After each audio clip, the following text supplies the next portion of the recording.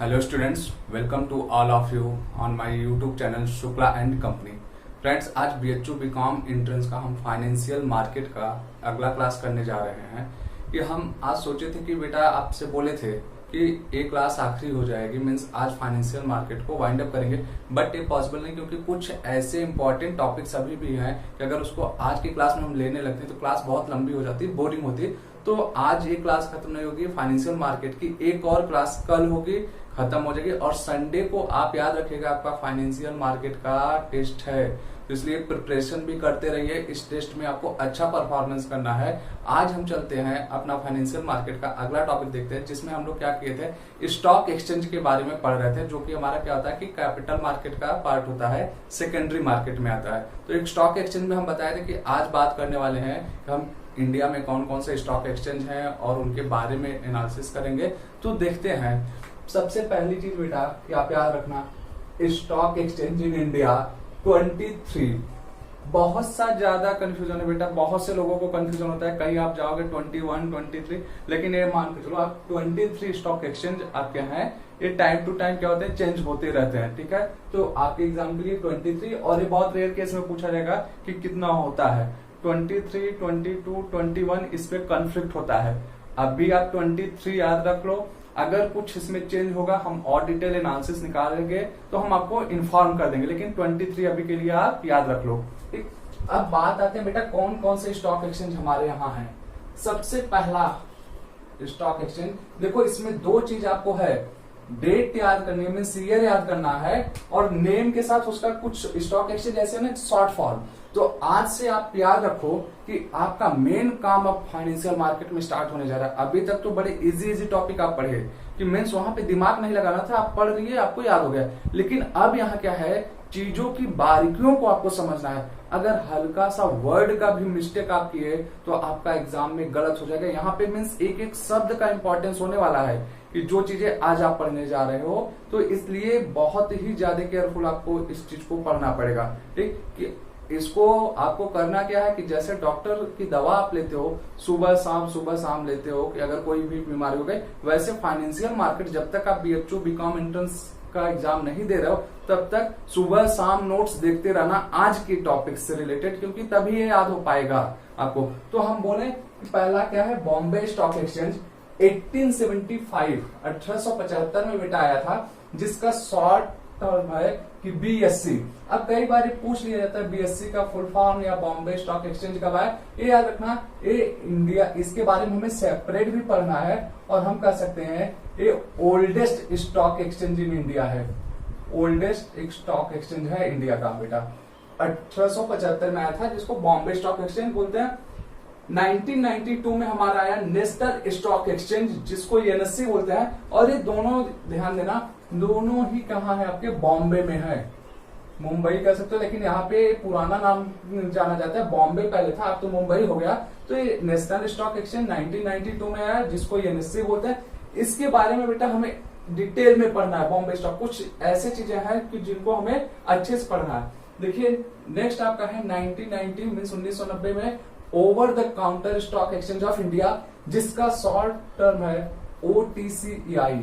अब इसके बारे में पूछा जाता है अक्सर कि OTCEI का फुल फॉर्म, तो याद रखना over the counter exchange of India. अगर इसमें से आप एक भी शब्द हम करें ऑफ भी भूल गए तो आपका गलत हो जाएगा एग्जाम में आंसर, तो इसलिए शब्दों पे एकदम कंसंट्रेट कीजिएगा।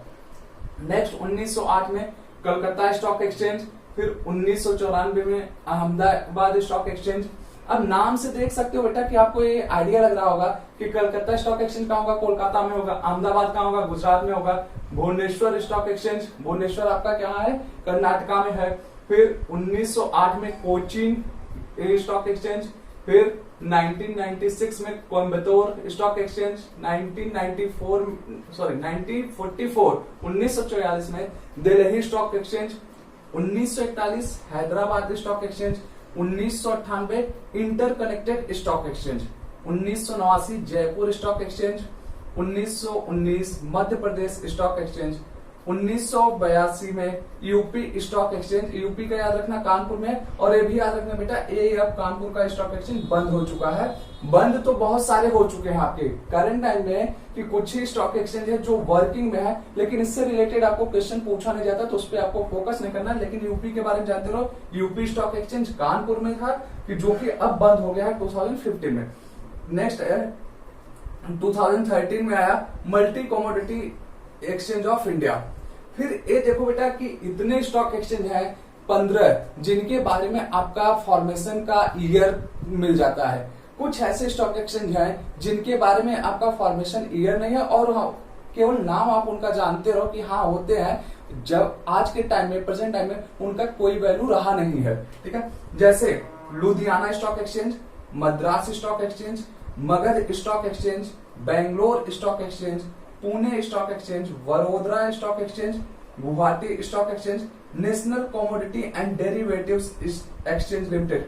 डेरिवेटिव्स बेटा ये याद रखना, आने वाले समय में जब आप जाओगे ग्रेजुएशन में और post graduation means BCom MCom में, डेरिवेटिव्स पे आपको बहुत ही, अगर फाइनेंस स्पेशलाइजेशन आप लोगे तो बहुत ही अच्छे से डेरिवेटिव्स पढ़ना पड़ेगा। ये मीन्स ये फाइनेंशियल मार्केट का बहुत ही ज्यादा यूजफुल होने वाला टर्मिनोलॉजी है और ये थोड़ा सा आपका दिमाग वाला भी है, तो केवल अभी यहाँ जानते रहो डेरिवेटिव्स।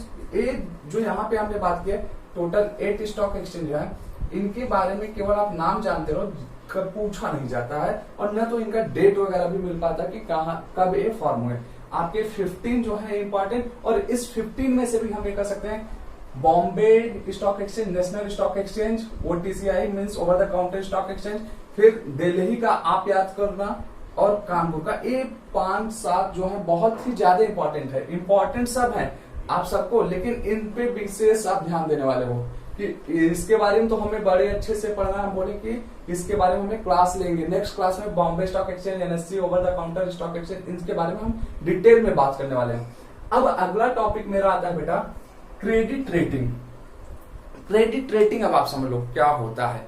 जैसे आप क्या करते हो कि साल भर पढ़ाई करते हो और एग्जाम आपका होता है और आपको क्या दिया जाता है, ग्रेड दिया जाता है या परसेंटेज दिया जाता है। उससे क्या होता है कि आपकी वैल्यूएशन होती है। अब मार्केट में जो कंपनियां वर्क कर रही हैं तो उनका भी तो कोई वैल्यूएशन करने का तरीका होना चाहिए, कोई ऐसा इंसान होना चाहिए या कोई ऐसी कंपनी होनी चाहिए कि उनका भी तो टाइम टू टाइम इवैल्यूएशन करे, ताकि जो इन्वेस्टर्स हैं, जैसे जो भी कंपनी में पैसा लगाना चाह रहे हैं, उनको ये पता चल सके कौन सी कंपनी अच्छी है, कहाँ पे पैसा लगाना ज्यादा बेनिफिशियल है। तो इसीलिए क्या होता है, फाइनेंशियल मार्केट मींस वित्तीय बाजार में क्रेडिट रेटिंग का कॉन्सेप्ट है कि जो क्या करती है क्रेडिट रेटिंग, आप ये समझ लो कि एक तरीके से अनबायस्ड या हम कह सकते हैं कि निष्पक्ष, बिना किसी भेदभाव के एजेंसीज होती हैं, मीन्स ये संस्थाएं होती हैं जो कंपनियों को क्या करती हैं, रेटिंग देती हैं उनके परफॉर्मेंस के हिसाब से और उनकी फ्यूचर पॉलिसी के हिसाब से। एक केवल आपको एक गाइडलाइन देती है कि हाँ एक कंपनी है ए ग्रेड की, दूसरी कंपनी बी ग्रेड की, उसके बेसिस पे आप क्या कर सकते हो, उसमें पैसा लगाने के लिए सोच सकते हो, मीन्स इन्वेस्टमेंट करने के लिए सोच सकते हो। ये आपका क्रेडिट रेटिंग है। तो हम बात करते हैं क्रेडिट रेटिंग क्या है। Credit rating is unbiased. Unbiased का मतलब होता है बेटा बिना भेदभाव का, मीन्स पक्षपात नहीं होना चाहिए।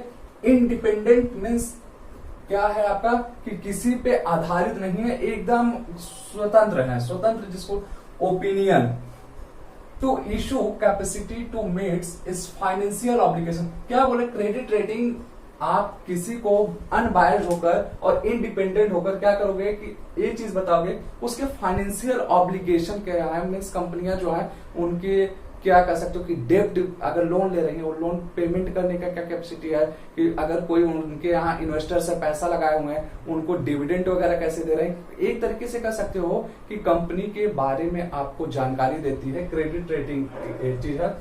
फिर बोला it does not constitute a recommendation to buy, sell और हेल्ड इस पर्टिकुलर सिक्योरिटीज। इसका मतलब क्या हुआ कि मीन्स क्रेडिट रेटिंग देने का मतलब अगर किसी कंपनी को रेट दिया जा रहा है, इसका मतलब ये नहीं कि आपको ये बोला जा रहा है कि नहीं आप इसी कंपनी का जाकर सिक्योरिटीज परचेज करो या सेल करो या अपने पास रखो। आप स्वतंत्र हो, आप चाहे जिसमें जाओ। हम जैसे आप हमसे पूछ रहे हो सर मैं बीकॉम में एडमिशन कहाँ लूं, तो मैं आपको बता दूंगा बेटा बीएचयू है, फिर दिल्ली यूनिवर्सिटी है, फिर विद्यापीठ है, बहुत सारी स्टेट यूनिवर्सिटीज हैं। मैं आपको बता दूंगा कि और ये भी बता दूंगा ये यूनिवर्सिटीज कंपनीज इस कैटेगरी में आती है, मीन्स टॉप 1 पे है, सेकंड पे है।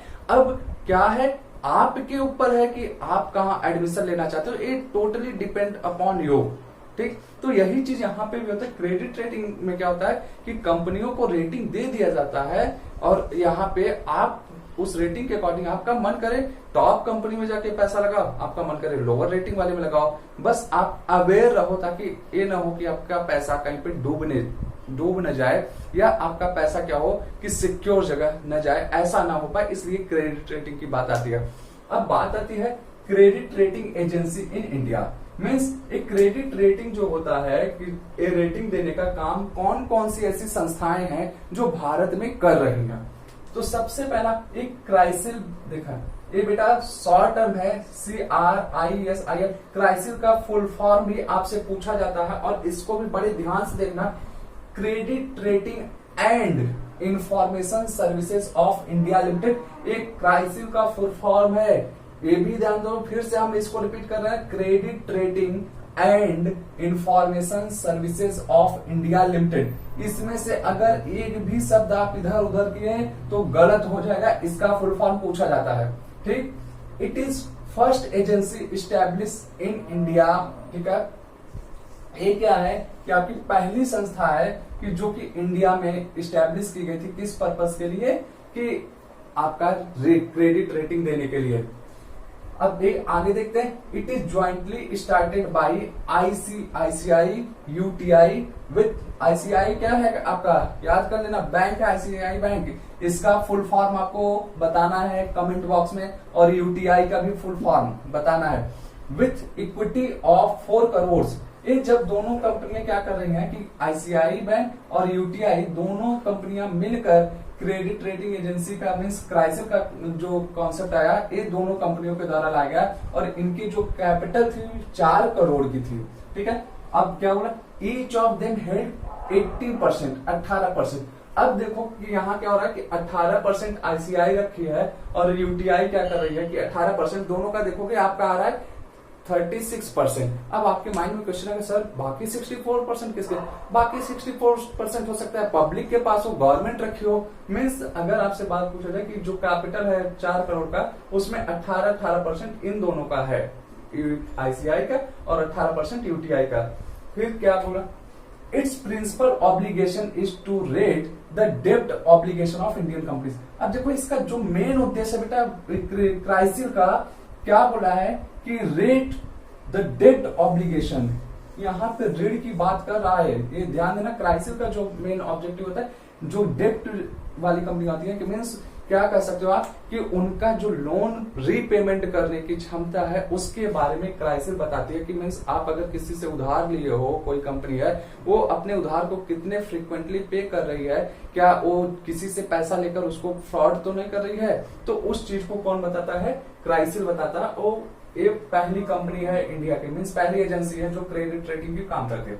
नेक्स्ट आपका क्या, investment information and credit policy agency of India, जिसका शॉर्ट टर्म है बेटा IICRAI। ये देखो फिर से, investment information and credit rating policy agency of India. आज देखो आपको फुल फॉर्म से रिलेटेड बहुत ज्यादा मिल रहे हैं, इसीलिए हम बोले कि आज की क्लास बहुत ही इंपॉर्टेंट है और अब आपका काम थोड़ा सा एक अलग स्टैंडर्ड पे जाने वाला है। इन सब चीजों को याद करने के लिए आपको क्या करना पड़ेगा, दिमाग रेगुलर बेसिस पे आप करोगे बेटा, कुछ नहीं करना है कि इसको क्या करो, प्रेशराइज मत होना, रेगुलर आप पढ़ते जाना, रेगुलर पढ़ते जाओ, लिखते जाओ, एक टाइम देखोगे आपको याद हो जाएगा। लिखने की हैबिट सबको डाल लेना। होता क्या है कि हम पढ़ के गए एग्जाम में एंड ऐसे आएगा, investment information credit policy of India, and नहीं लगा था, हम टिक लगा के चले आए, गलत हो जाएगा। मीन्स हम एक एक शब्द पे फोकस करने वाले, एक एक वर्ड आपके लिए इंपॉर्टेंट होने वाला है। ठीक, अब इसके बारे में देखते हैं। It is setup by IRCI, इसके बारे में हम आगे बताएंगे क्या होता है, केवल आज जानते रहिए। ऑन 16 जनवरी 1991 एक जो आपकी आई है investment information credit policy agency, ये 1991 में आई है 16 जनवरी को। It is a public company with A capital of 101 crore. ये क्या है, एक पब्लिक कंपनी है और इसकी जो कैपिटल है 101 करोड़ रुपए की है बेटा। बस इसके बारे में इतना। मीन्स यहाँ पे आप कर सकते हो कि इसका डेट याद रखोगे कैपिटल और इसका फुल फॉर्म, ये दो चीजें आपकी दूसरी क्रेडिट रेटिंग एजेंसी हुई। नेक्स्ट जो है credit analysis and research limited, जिसको आप कह सकते हो केयर, CARE, केयर के नाम से भी जाना जाता है, credit analysis and research limited. ये क्या, इस्टेब्लिश्ड इन 1993, 1993 में इस्टेब्लिश की गई। कैसे, jointly with investment companies, bank and finance companies. अब ये बोल रहा है कि जो क्रेडिट एनालिसिस रिसर्च लिमिटेड है, ये किसके द्वारा मिलकर स्टैब्लिश किया गया था? बोल रहा है कि इन्वेस्टमेंट कंपनीज में बैंक और फाइनेंस कंपनी। अब सब में क्या डिफरेंस है सर? देखो बैंक बेटा आपका क्या हो सकता है, पब्लिक सेक्टर हो सकता है, कोई भी काम। फाइनेंस कंपनी का मतलब है कि जो मेनली लोन देने का काम कर रही हो। इन्वेस्टमेंट कंपनीज का मतलब क्या है, जो मेनली केवल और केवल आपका इन्वेस्टमेंट वर्क कर रही हो, मीन्स आपको निवेश कहाँ करना है उसके बारे में जानकारी दे रही है। तो ये 3 तरह की कंपनियों ने मिलकर क्रेडिट एनालिसिस रिसर्च लिमिटेड का इस्टेब्लिशमेंट किया। अब इसकी सर्विसेज बहुत ही इंपॉर्टेंट है, मीन्स केयर का क्या सर्विसेज मिलती हैं इससे, वो देखो। पहला इसका काम है क्रेडिट रेटिंग, जो हम तो यहां से पढ़ रहे हैं, ये तो आएगा। फिर इक्विटी रिसर्च।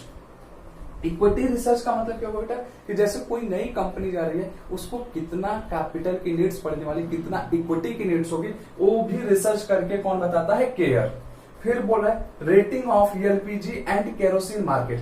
केरोसिन मार्केट या एलपीजी गैस के मार्केट का भी ये रेटिंग देता है। तो ये चीज अंडरलाइन करना आप इंपॉर्टेंट है, ये पूछा जाता है एलपीजी या केरोसिन मार्केट को कौन क्रेडिट रेटिंग देता है, तो केयर के अंतर्गत आएगा। फिर इंफॉर्मेशन सर्विसेज, और ये क्या कर देगी कि मार्केट से रिलेटेड बहुत सारे इंफॉर्मेशन भी देता है कि आप कहां पे जाकर इन्वेस्ट कर सकते हो। उसके अलावा भी आपको कोई इंफॉर्मेशन चाहिए तो केयर देता है, इसीलिए देखो इसका नाम ही है बेटा केयर। ठीक, next Duff and Phelps credit rating India private limited, जिसको DCR, देखो फुल फॉर्म इसका बड़ा शॉर्ट में है बेटा, लेकिन इसका नाम लंबा है, तो इसलिए इसको भी ध्यान से आप याद करिएगा। इसके बारे में केवल आपको ये जानना है, it is leading international credit rating agency. ये क्या है, यहाँ पे ऊपर जो हम पढ़े, ये नेशनल लेवल की है, ये Duff and Phelps credit rating India private limited, ये जो है इंटरनेशनल लेवल पे अपना रेटिंग का, मीन्स हम कह सकते हैं फॉरेन कंपनियों को भी ये क्रेडिट रेटिंग देने का काम करती हैं। तो ये रहा क्रेडिट रेटिंग एजेंसीज के बारे में बात, मीन्स हमारे यहाँ जो है मेन 4 क्रेडिट रेटिंग एजेंसीज हैं। ठीक है, क्रेडिट रेटिंग क्या है समझ में आ गया होगा अब आप लोग को। और ये जो आपका स्टॉक एक्सचेंज का है बेटा, इसको अच्छे से आप नोट्स बना लो और याद कर लो, ये बहुत ही ज्यादा इंपॉर्टेंट है। 15 स्टॉक एक्सचेंज के आपके डेट ईयर दिए हुए हैं, बाकी 8 के नहीं है, तो 8 के नाम भी याद रखो। और आपको ये भी बता रहे हैं, इसमें से मोर देन आपके हम कह सकते हैं कि 13 to 14 स्टॉक एक्सचेंज बंद हो चुके हैं, वो नहीं चल रहे हैं। जैसे दिल्ली स्टॉक एक्सचेंज, ये कोचीन, कोयम्बटूर, ये सब बंद हो चुके हैं, लेकिन उसके बारे में आपको फोकस नहीं करना, वो आपके एग्जाम के लिए इररिलेवेंट है, इसलिए हमें उस पर नहीं जाना है। ठीक, हमें केवल ये देखना कि कब इनका एस्टेब्लिशमेंट हुआ है, इनके फुल फॉर्म्स क्या, और जो हमारा मेन है उसको हम अगली क्लास में लेंगे। अगली क्लास हमारी जो होने वाली बेटा, कि हमारा जैसे सेबी, बॉम्बे स्टॉक एक्सचेंज, फिर नेशनल स्टॉक एक्सचेंज, इनके बारे में होगा। और स्टॉक एक्सचेंज में जो कोड वर्ड यूज होता है, उस कोड वर्ड के बारे में भी हम बात करेंगे अगली क्लास में। वो क्या होता है, कोड वर्ड आपसे पूछा जाता है। आज की क्लास से रिलेटेड कोई भी डाउट्स होगा आप पूछ सकते हो, और क्लास का फीडबैक भी आप कमेंट बॉक्स में श्योर देना बेटा। Thank you, good luck.